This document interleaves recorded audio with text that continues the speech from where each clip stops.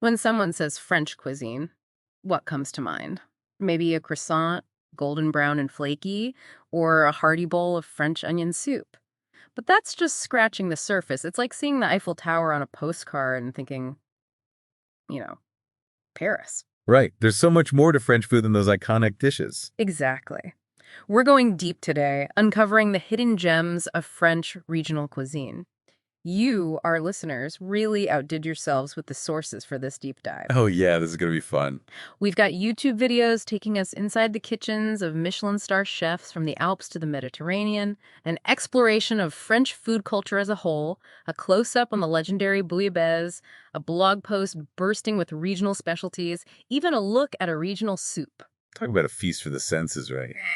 This is going to give us such a well-rounded view of French cuisine, not just the touristy stuff. That's the goal. We want to take you on a culinary journey, showing you what makes each region's food special, the stories behind the dishes, and why this regional diversity matters. Think of it as a crash course in French regional cuisine without the lecture. Yeah, like a delicious, bite-sized exploration. Ready to dive in? Let's start high up in the French Alps. The Alps. That's a whole different world when it comes to food. High altitude, tough environment. It takes a special kind of chef to thrive there. Someone like Jean Sulpice, who earned 2 Michelin stars at such a young age.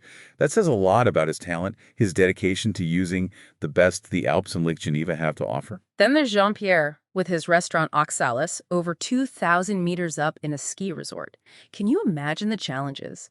Low humidity, water boiling at a lower temperature, the nearest market a 90-minute drive. It boggles the mind, doesn't it? Yeah. But you know what? Those limitations actually push him to forge even stronger relationships with local producers. For Jean-Pierre, super high quality, absolute freshness, it's not just a preference, it's a necessity. Necessity is the mother of invention, right? We see that in his langoustine with apple juice and verbena. So creative, elegant, clearly inspired by his surroundings. It really makes you think. For sure. And speaking of inspiration, the visit with Cedric, the goat herder, it really shows the beauty of traditional cheese making.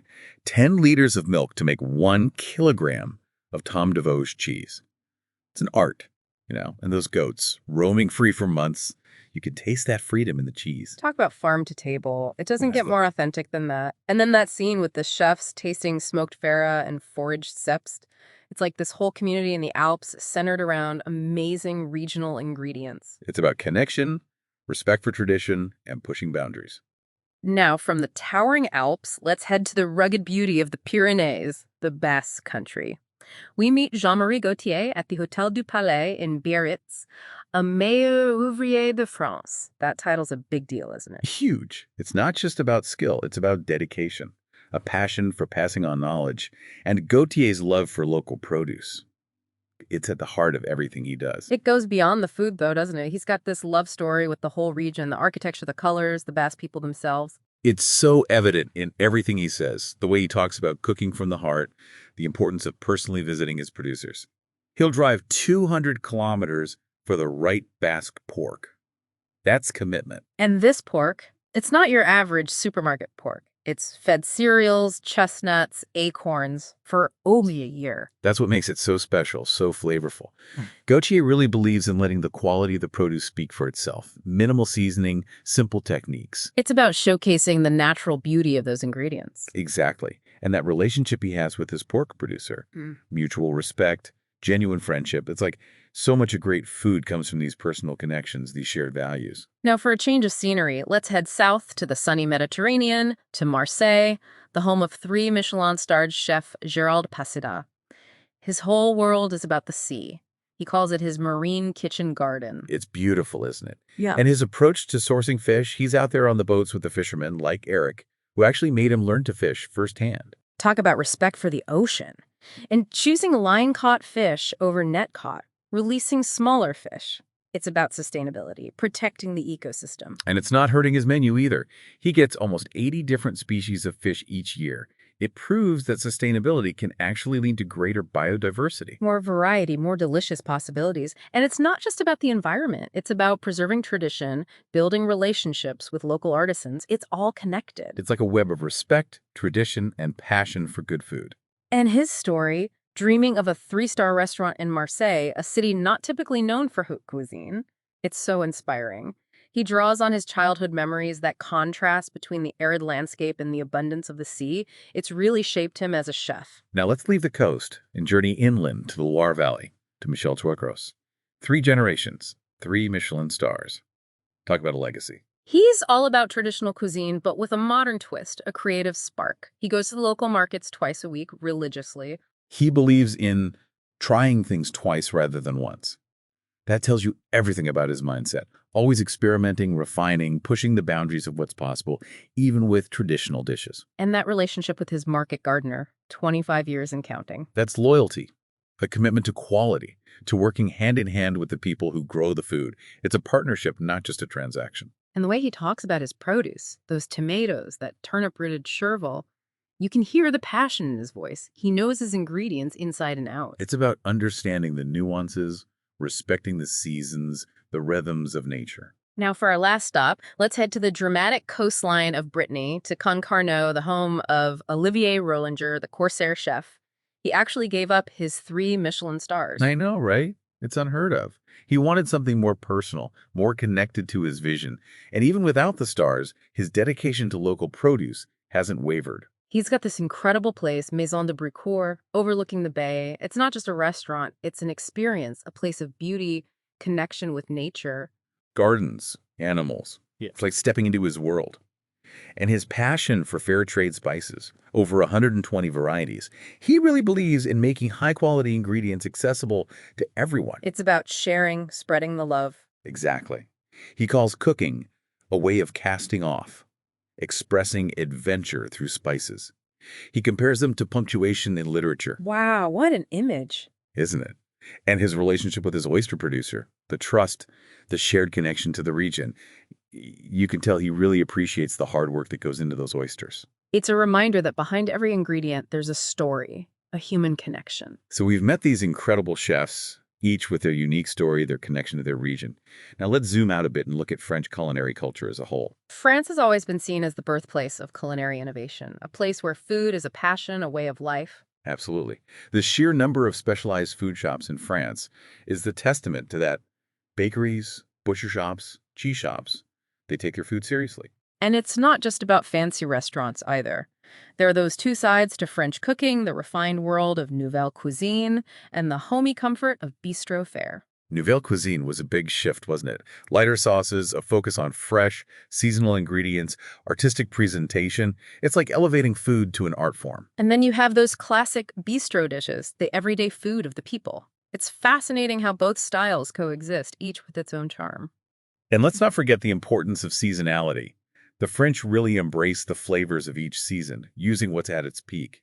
And those classic fines herbs, parsley, chives, tarragon, chervil, they're the backbone of so many dishes, along with rosemary, thyme, all those fragrant herbs. It's about building flavor, complexity, using those simple ingredients to create something magical. Speaking of simple ingredients, I found it fascinating to learn about the traditional snail harvest in Bordeaux. I know. It might seem a little unusual, but it shows that deep connection to tradition, using what the land provides.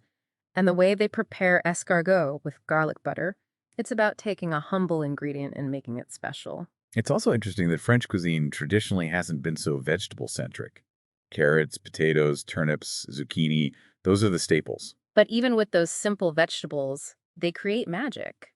Think about glazed carrots, a classic for a reason, and the potato. It's actually a relatively new addition to French cuisine, imagine. And of course, we can't talk about French food without mentioning boeuf bourguignon. That slow-cooked stew, the rich red wine sauce, the tender beef. It's the definition of comfort food, and it gets even better the next day. It's like all those flavors just meld together over time. And then there's the world of French desserts and pastries. Mm. So much artistry, precision, tradition. Eggs and butter are the key ingredients, creating those delicate textures, those rich flavors. Macarons, eclairs, all those beautiful creations. They're almost too pretty to eat, almost. And even a seemingly simple dessert like creme caramel has its secrets. That perfect caramel, that smooth, creamy custard. It's all about timing, technique. It's a reminder that even in those seemingly simple dishes, there's a lot of skill involved. Okay, so we've looked at the bigger picture of French culinary culture. Now let's zero in on some specific regional dishes, the real stars of the show. This is where the real diversity of French cuisine shines through. Each region has its own specialties, its own culinary identity. Let's start with quiche Lorraine. It's from the Lorraine region in northeastern France. A savory tart with eggs, cream, and bacon. Simple, yet so satisfying. It's proof that you don't need fancy ingredients to create something delicious. Then there's ratatouille from the Provence region. It's that colorful vegetable stew with tomatoes, eggplant, zucchini, peppers, onions. So much flavor packed in. Ratatouille is a summer classic, perfect as a side dish or a light meal. And you can't talk about regional French food without mentioning bouillabaisse from Marseille. It's a fish stew, but not just any fish stew. Right. It uses very specific types of Mediterranean fish, saffron, and it's traditionally served in two parts, the broth with rouille on toast, then the fish. It's a whole ritual. Moving inland to the Aquitaine region, there's cassoulet, a slow-cooked casserole with white beans, sausage, duck, or pork. It's rich, hearty, perfect for a cold day.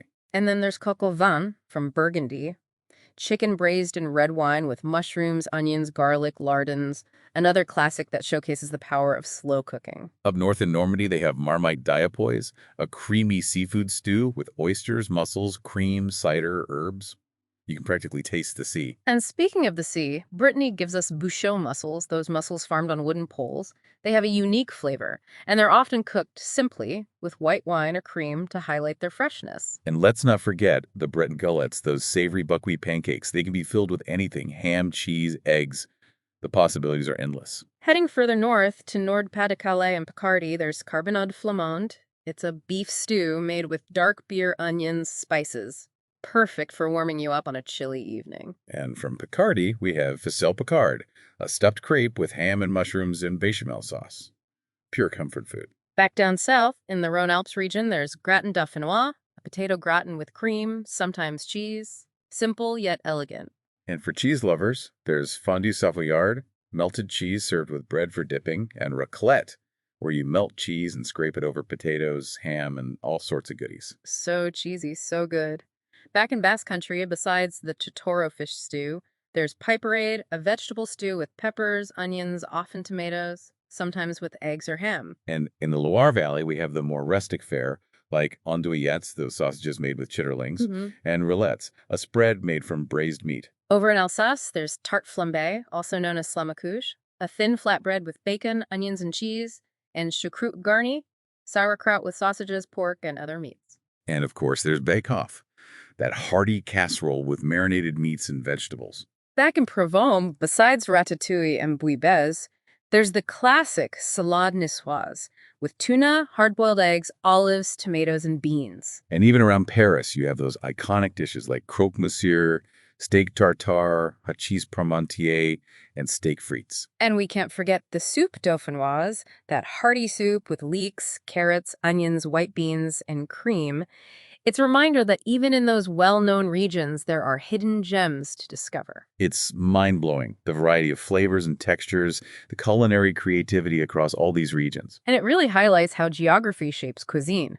Coastal regions like Normandy and Brittany, they focus on seafood naturally. While inland regions like Poitou-Charentes are known for their dairy products, and Provence for its olive oil and sun-ripened produce. And the climate, too. The Loire Valley has the perfect climate for cheesemaking, while Brittany's mild weather allows for year-round seafood. You can see those influences so clearly when you compare northern, central, and southern France. In the north, to regions like Hauts-de-France and Grand Est, the food is heartier, richer, reflecting that cooler climate. Lots of pâtés, sauerkraut, stews. And let's not forget the beer in the north, the champagne in the Grand Est.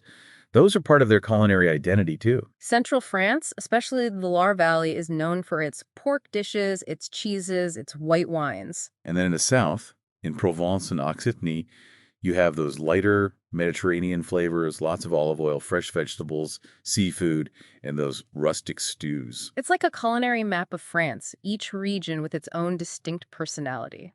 So as our deep dive comes to an end, what have we learned? We've learned that French cuisine is so much more than just croissants and onion soup.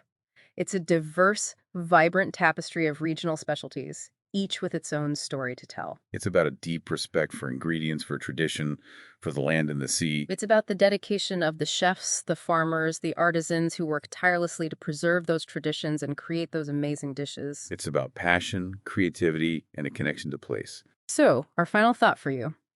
What hidden culinary treasures are waiting to be discovered in your own region? Go explore. Bon appétit.